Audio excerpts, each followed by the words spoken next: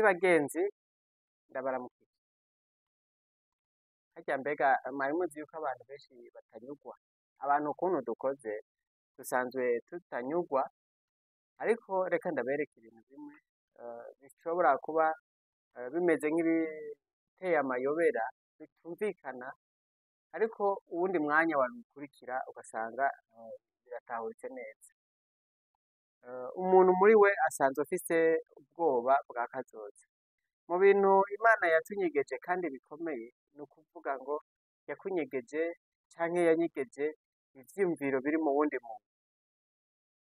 Kuba ibintu bibiri iyo Mana yatunyegeje, ni ukuvuga iyo tumenya ibintu biba biri mu wundi muntu, ab'ivyo bihugu dufate bibamwo nk'amakudeta ntashobora kuba habaye, kuko akenshi akorwa n'abantu baba begereye uwo mutegetsi.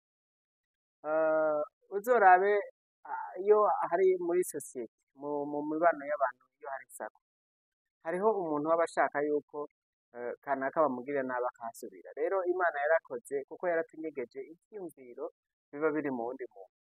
Hariho abantu baba babana ugasanga wumva batandukanye, habaye amadivorce, kwahukana.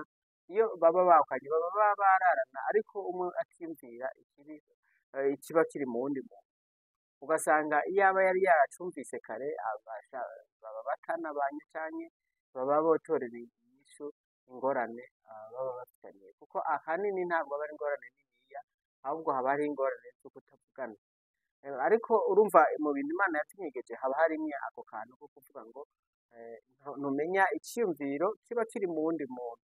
Ni ikintu gikomeye cane kuko bigira ingaruka mbi nyinshi, kuko iyo nk'umukoresha agukoresha arashobora kukwiyumvira ko nabi nabikubwira, ntushobora kumva ibiri muri we, ariko iyaba wari ubimenye ivyiyumviro biba biri muri we, uba wokora neza hama ntakwirukane. Ariko arapanga akakwirukana, akakwumvira kugusubiriza uwundi, canke akakuzanira kuwundi, uwo muntu ukamwigisha utazi ibizokurikira, hama akaba arakwirukanye. Ni ukuvuga ngo Imana ikintu yatunyegeje ni ivyiyumviro biba biri mu wundi muntu. Hariho abantu murashobora no kujana muri bisi n'umuntu afise ivyiyumviro vyo kukugirira nabi, ariko wewe ntubimenye. Muhora mubabona bariya abantu bazimira bakabugwa irengero, ahanini kenshi batwarwa n'abantu bitwa ngo n'abagenzi biwe, akamuhamagara yarazi ngo n'umugenzi, ariko ugasanga aramutesheje mu rudubi, canke ivyiyumviro vyiwe ko yataba warubizi, canke yaba azi ko abo bantu bagiye kugira nabi. Iyo wari uzi ivyiyumviro biba biri mu bandi bantu, uba warakinjuye canke ugakora ibitababaza umugenzi wawe, kuko hari igihe ushobora no kwibaza ngo uriko ukora ibintu neza, ugasanga uriko urafita n'uburorero bwinshi bw'ibintu abantu biyumvira kuri twebwe, ariko natwe tutabizi. Hariho umwe yavuze ngo ikintu uriko urankorera je ntarimwo kiba kiriko kirangwanya.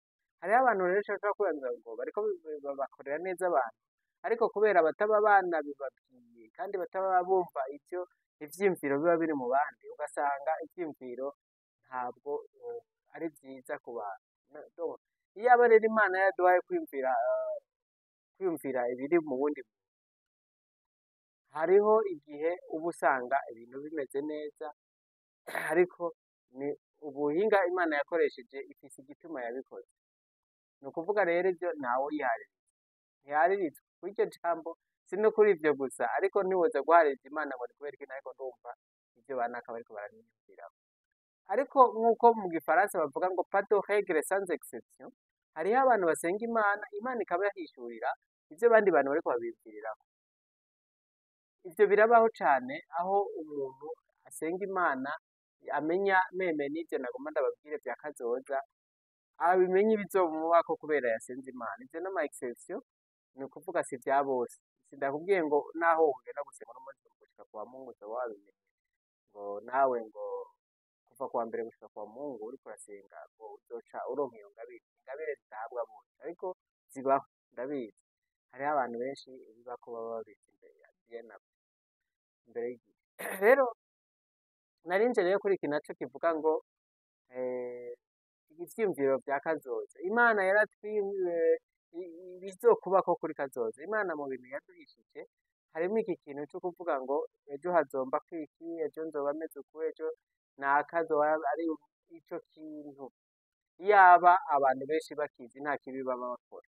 Kuko ushobora gukorera ikibi umwana ukamugira nk'imfuvyi, ariko ejo ugasanga ni wewe uzoja kumusaba. Ibaze uragiye urafashe nk'umwigisha uramunyuruje yari kwigisha abana bawe wabamwishe, ariko ntumenye yuko muri kazoza burya iyaba wari uzi kazoza kawe wosanga uriya mwigisha yari kukubera umuntu mukorana mwiza. Kuko nababwiye nti ukwiyumvira k'umuntu ntabwo Imana yabiduhishuriye ngo tubone ivyiyumviro vy'abantu. Abantu benshi baravuga ngo bapfungiwe ivyiyumviro vyabo, ngo bazira ivyiyumviro vyabo, ngo kubera ngo utariko wiyumvira ibi, ngo kubera utari muri ibi, ngo nababwize ukuri umuntu uhora umuntu iciyumviro kiri muri we uramurenganya. Kuko nawe we n'ikiri mu mugore wawe ntacuzi, ikiyumviro kiri mu mwana wawe ntacuzi, ikiri mu bubanyi ntacuzi, n'ivyo bindi rero ntabwo uba ubizi. Abantu ntabwo ngo nuko aba ari hariya aye ngo muri birya ngo wibaze ngo ni kenshi ivyo vyiyumviro vyiwe biba bisane. Hari igihe usanga afise ivyiyumviro vyiza kukurusha, kandi wewe wibaza ngo uri muri bien place, uri ahantu heza ufise ivyo wikurikira. No, nta muntu n'umwe azi ivyiyumviro vy'uwundi muntu. Jewe naratangaye ari ivyigwa nariko ndiga vyo guharanira agateka ka zina muntu, nca ndasanga barambwira yuko no mu baroberi, abantu baba bagiye mu kiroberi mw'ishamba kurwana, haba harimwo abaharanira agateka ka zina muntu. Nk'ico kintu iyo ntagisoma ntaco nari kwemera, nta nuko nari kuvyumva. Ariko no mu gisoda, no mu mbonerakure, no mu bagwanira mw'ishamba haba harimwo abantu bafise ivyiyumviro bizima. Hariho abantu bafise ivyiyumviro bizima. Erega ivyiyumviro vy'umuntu, erega n'uwaba ariko aragwana akurikije ivyiyumviro aba yabwiwe n'uwundi muntu akumva ni vyiza akabikurikira. N'abariya batwara igihe bari bakiri mw'ishamba nabone baragenda bagakurikira ivyiyumviro bumva ko ari vyiza, ariko bamaze gushikaho barabonye ivyiyumviro vyari vyiza kiriya gihe yuko abarideri bababeshe. Urumva iyaba twari tuzi ivyiyumviro biri mu wundi muntu, hariho abantu tutaba dukurikira.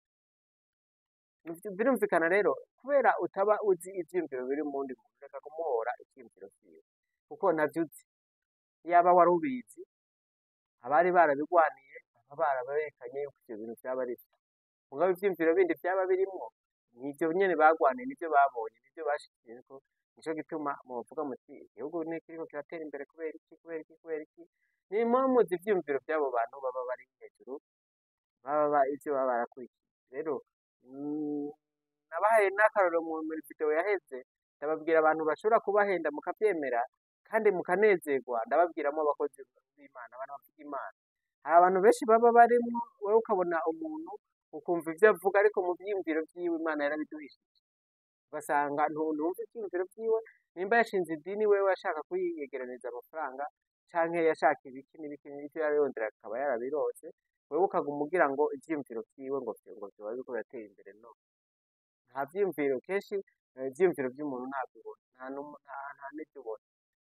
Baravuga ngo ibiri imbere mu muntu nivyo biboneka n'inyuma, ariko haboneka bike kurusha ivyo abantu biyumvira. Hariho abantu bashobora kunyegeza ico bagomba gushikako bakakubesha, wowe ukibaza ngo nivyo bariko barabiyumvira vy'ukuri. Yaba abantu bamenya ivyiyumviro vy'abandi, nta ngo ziba zisambuka, nta bantu baba bahunga, nta bantu baba bicana, kuko uba wumva iciyumviro c'urya agomba kukwica ukamubisa, uba wumva urya agomba kugukura mu kazi ukamukorera ivyo ashaka ntakwirukane, canke ntunaje muri ako kazi uzi yuko yaba wari ubizi. Rero kuba utazi ivyiyumviro birimwo umuntu bigaca biterana nuko umuntu atamenya kazoza kiwe. Ivyo rero birabaye bikwiye yuko kwigisha wewe nyene bikakwigisha ukamenya yuko ata vyiyumviro vy'uwundi muntu uzi, ata n'akazoza kawe uzi. Ukubaha abantu bose kuko abantu bose bashobora kugereranira akamaro. Muri Bibiliya hari ahantu handitse ngo ibuye abubatsi bagaye niryo ryagumije imfuruka. Uyu muntu wewe uriko urakengera uno muntu, ejo ushobora kumukenera. Mbega ko utiyumvira yuko utibuka abandi, ko umuntu avuka yambaye ubusa. Novuga ngo utibuka ko wavutse wambaye ubusa, no, woba waravyibagiye ko wavutse nk'abandi canke ukaba utanabibonye aho wavuka, ariko ikintu ndiko ndavuga ni iki, ukwiye kubaha umuntu kubera iki utazi kazoza kiwe, utazi ivyiyumviro vyiwe, abantu bose tukubaha. Muri iki cigwa rero uno munsi c'ukubahana, reka ndabongereko rero ikintu kimwe, canke reka tuzokiganireko ubutaha, muvyandike muri commentaire. Ariko mba numva umengo sinogenda ntakibabwira. Abantu kubera bataba bazi kazoza kabo, ahantu baba bari mu bita muri comfort zone,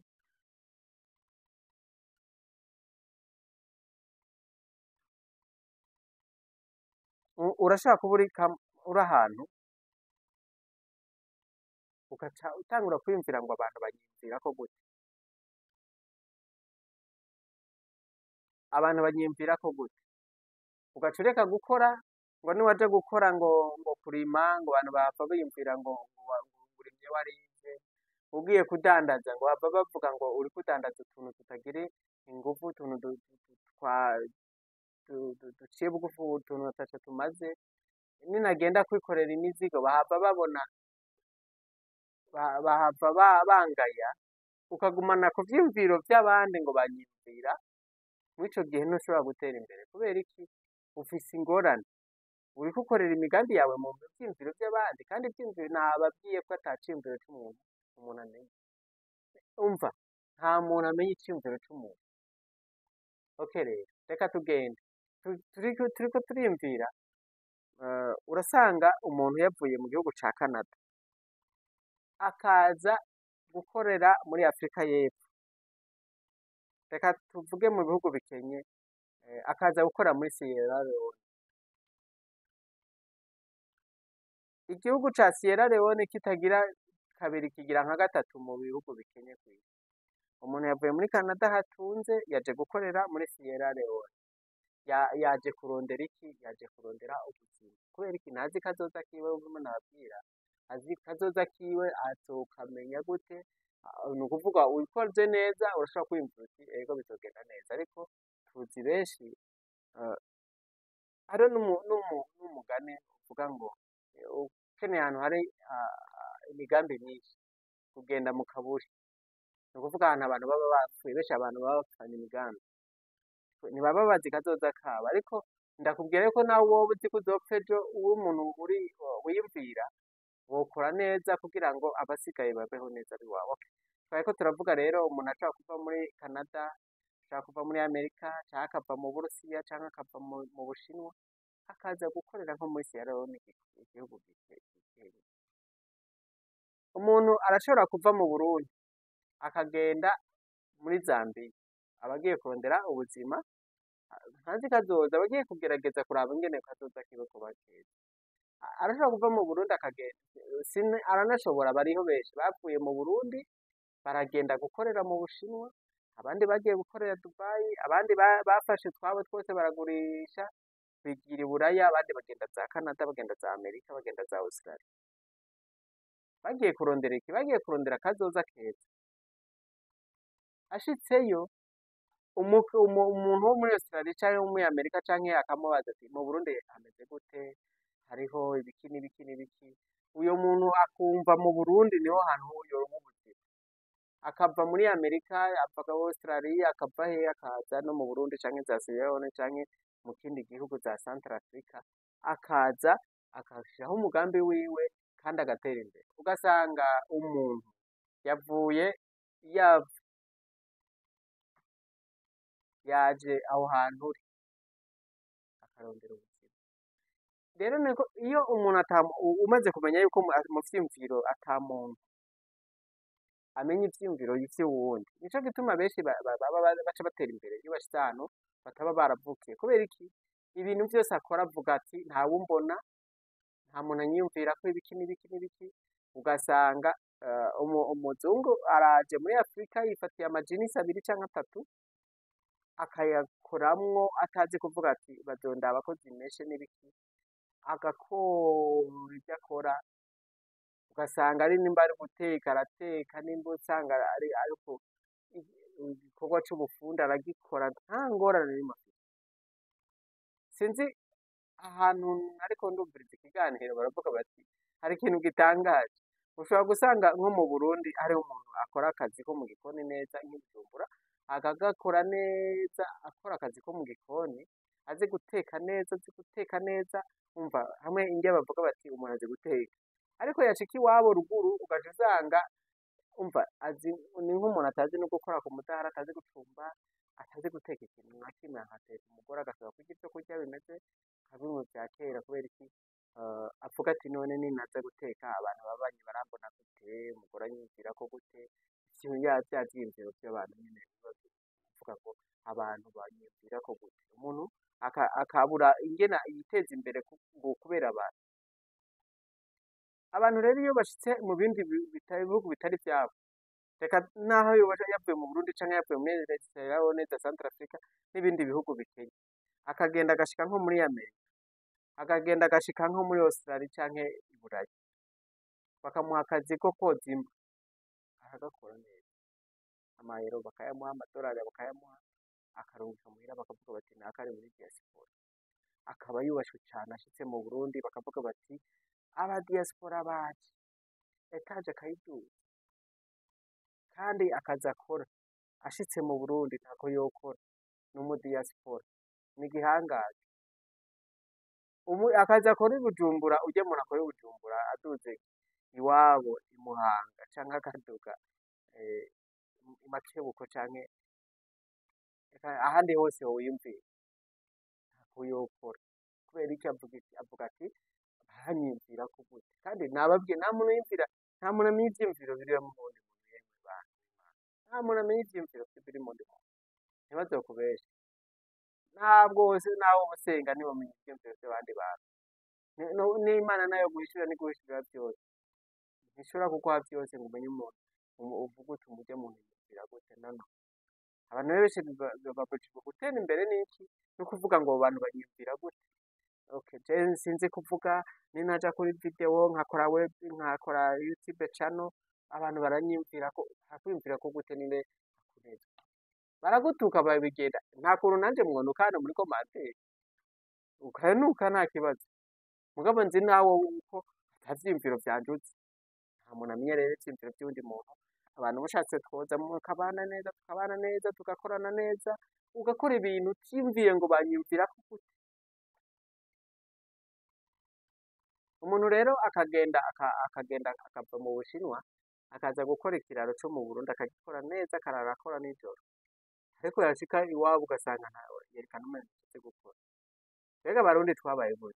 Umuntu ushobora kwigisha umwana wawe ukamwigisha engineer akaba azi kubaka, hama iwanyu mukaba mufise ifuru z'amatafari ahiye hepfo y'inzu, abantu baraza bakagira amafuru, nawe wonabikora. Umwana wawe yize engineer ngo wamwigishe kaminuza, warashoye inka zose warashoye, ariko akaba atwoshobora kukubakira n'akazu kamwe, akaba adashobora kuvuga ati reka turondere abakozi b'ababanyi baze kudufasha, je ndazi kubaka ikintu na kimwe, ariko yashika i Bujumbura akubaka ama etaje. Ivyo bintu ni ugasanga umuntu wamwigishije kurima yagiye kwiga uburimyi, umuntu umugoronome professionnel anavyigisha ngira no muri kaminuza, ariko ugasanga wewe wamwigishije ugasanga ntaje no kuvuga bati tera ku murongo basimera uko. Hari ahantu bafise umwana yize kaminuza, yigize ibintu vyo kurima neza, ugasanga muhira ngaho oye ntashobora kuharima, ugasanga baracarima bajujikira n'iki, ngo banyimviramo gute, ngo niyaduga kurima ngo kwereka iwabo nyene barima ngo bamwumvirako gute. Abantu buvyo kuvuga ngo vyiyumviro, nta vyiyumviro biba biri mu muntu. Abantu bavyo genda ukorere neza sosiyete, nta muntu azoza kukuvuga, niyakuvuga azokuvuga, hari ukugaburira se, hari ukute, nta n'amakuneza.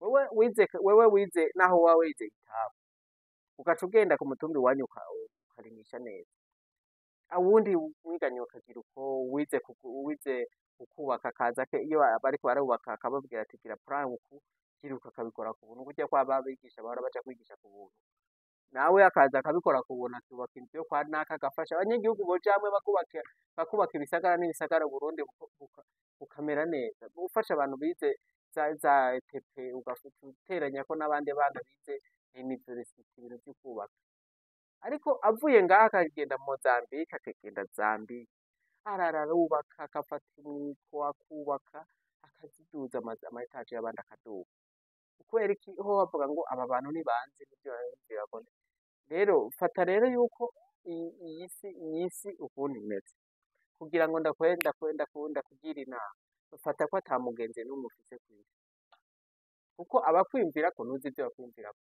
nimba ari abantu bagukoreye ikibi abantu barakora ikibi n'ivyo ariko kora ku neza yawe rero nawe ukore iciza ikibi ukinesheje iciza ukorere iyo entourage yawe uba uriko aho hantu uba uri mukore hama muteze imbere igihugu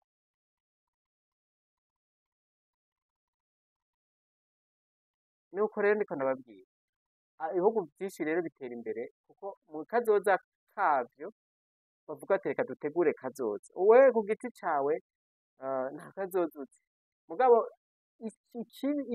iciza womenye n'igiki niwafata bwa bumenyi bwawe wiga mw'ishuri ugaca ugenda ukabwicarika nta kazoza ufise nta kazoza umenya ariko akazoza kabi uriko urakategura ukwiye kukamenya iyo uriko utegura akazoza kabi utegerezwa kukamenya menya yuko uriko utegura akazoza kabi kubera ntaco uriko urakora coteza imbere haba ab'iwanyu haba wewe uricaye kubera wewe kwa onkre afise akazi yagutumye kumudandariza mw'ibotike warize uricaye urarindiye kudepoza urumva nuko nyene niyo kazoza kawe kabi uba uriko uragategura genda wemere rero uve mu gisagara uduge ruguru nta bantu benshi bize ivyo wize ubishire mu ngiro nimba wize agronome ugende ufashe abanyagihugu imvura igira itasure bereke ingene barima ubikore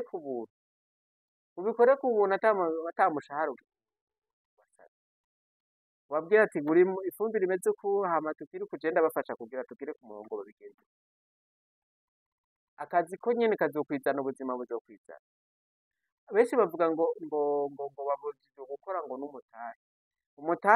umutahe wari wewe nyene umutahe n'umutwe ivyo utashize mu mutwe nta mutahe urimo hari amashuri mu bisanzwe ahanini atufasha kugira ngo abazungu barafise ivyo bazanye muri Afrika tukiga ibintu ata na kimwe bitumariye nimba wize izo za topografi zo gupima amatongo iwanyu akaba atarubibere muriko murapfa n'abandi urumva ikibazo gica caduka kubera iki umuzungu yakuzaniye vya topografi ariko ushobora kuba waravyize ugaca ugenda ukiga umwuga wundi nta na kimwe kitagira akamaro kimwe cose kigira akamaro mu mwanya wacu mu gihe rero ivyo wize ega abantu benshi wari uzi ngo abantu bose babaye mu vyo bashaka wapi hariho umwana akubwira ati jewe umuryango navukiyemo ntabwo ariwo nari kuvukiramo ntawo nshaka agakura yumva yuko mu muryango yavukiyemo atabashaka yaba nakavukiye mu muryango ukenye biba bimeze neza ugasanga umwana akuze ishuri yizeko bamushize muri primaire avuga ati rero ishuri ntaryo nyene yaba nari niga kuri Stella Matutina canke yaba nari niga kuri Michel Rakanje yaba nari niga aho yaba nari niga hehe amashuri ni menshi Saint-Esprit canke ahandi ariko uraho nawe akavuga ati ese yaba nari niga kuri Atene baca Igitega uri Gitega ati mbega bashi yaba nari niga mu Rusengo yaba nari niga mu Rutovu canke Matana umuntu ugasanga yagiye muri lettre avuga ati je yaba nari muri scientifique ati niyo mba ndabitora yagenda muri université jewe nize ko niga biologie ntabwo nayishaka je nashaka igifaransa uri mu gifaransa nawe ati jewe nashaka icongereza uwundi nati je nashaka medicine urumva umuntu akabaho umengo ntabumbwe n'ivyo afise n'Imana yamuhaye akavyiga umengo ntabishaka ukuze uba uho udashaka wiza aho udashaka hagera rero ibintu vyo kurongora kavuga ati jewe twahuriye muri boîte turarongorana ntawe nashaka kurya urumva umuntu agatwara n'umuntu bakabana bakagirana projet de mariage atamushaka bakubaka bakavyara umwana, bakavyara abakobwa, ati je nashaka abahungu, akabaho akumva umengo yashaka abahungu, akabaho ni ukuvuga hari ivyiyumviro vyiwe n'ivyiyumviro abandi bamwiyumvira akabiteranya, akaba yumva umengo abantu yaba babona nize umuganga nkumva n'umuganga, abantu bonyubashe, abantu umuntu akagenda gukora akadepoza akazi akabura, agadepoza kandi bakakamuha, aka kazi naho ndagakora ntabwo ariko nashaka, washaka iki? Kandi ivyo biba ari gwawe. Emera rero twemere ivyo dufise tubishime, hama turonderere ko ivyo bindi dushaka.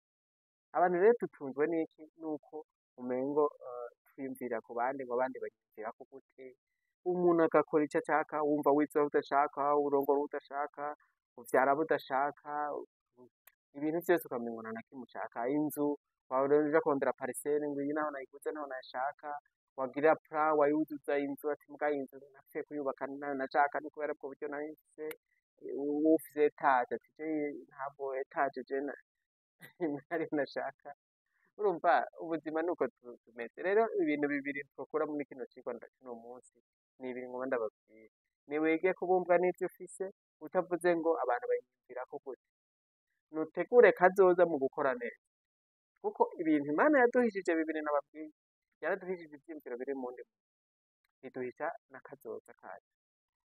Ko rero Imana yabikoze uko rero, ivyo vyiyumviro vy'abandi yaduhishije reka tuvyihoze, kora ibintu uko uvyumva, abantu baragutwenga, baragutuka, baragira iki, nkuko bamwe bahava banuka ati mbega nkaho uvuze iki, abandi ariko hari akaba na wewe bihava bifasha, ukavuga uti rero jewe ibintu vy'abanyumvirako gute reka ndabirandure mu mutwe wanje, ndazi ko ata muntu amenya ivyiyumviro biba biri mu ndimi, je ndabikora hama ntegure kazoza, hama kuba Imana yaratunyegeje kazoza, kora neza, ineza igutegurira kazoza keza, ibikorwa vyiza bigutegurira kazoza keza, nubwo uba wumva ngo ntawumenya kazoza, kora ivyiza nivyo bitegura vyiza, niwakora ibibi naho uba uriko utegura kazoza kabi, ntugire dute namba, nimba uzi ko wagiye ukica umuntu canke ukamubeshera canke ukamudodobereza, menya yuko wakoze ikibi kizokugarukako muri kazoza, ico gihe rero ntuzovuge ngo uzoronka kazoza yo kwamaza abantu,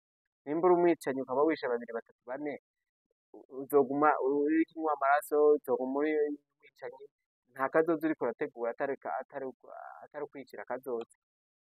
Umuntu ntuzomuhora ivyiyumviro kuko ivyiyumviro vy'abantu birahinduka, hari nk'abapolitike bongera ngo nko mu Burundi barabizi bobo, umuntu yashaka kuvuka ari umupiyoniye, agakura ari umujerere, akaronka akazi ari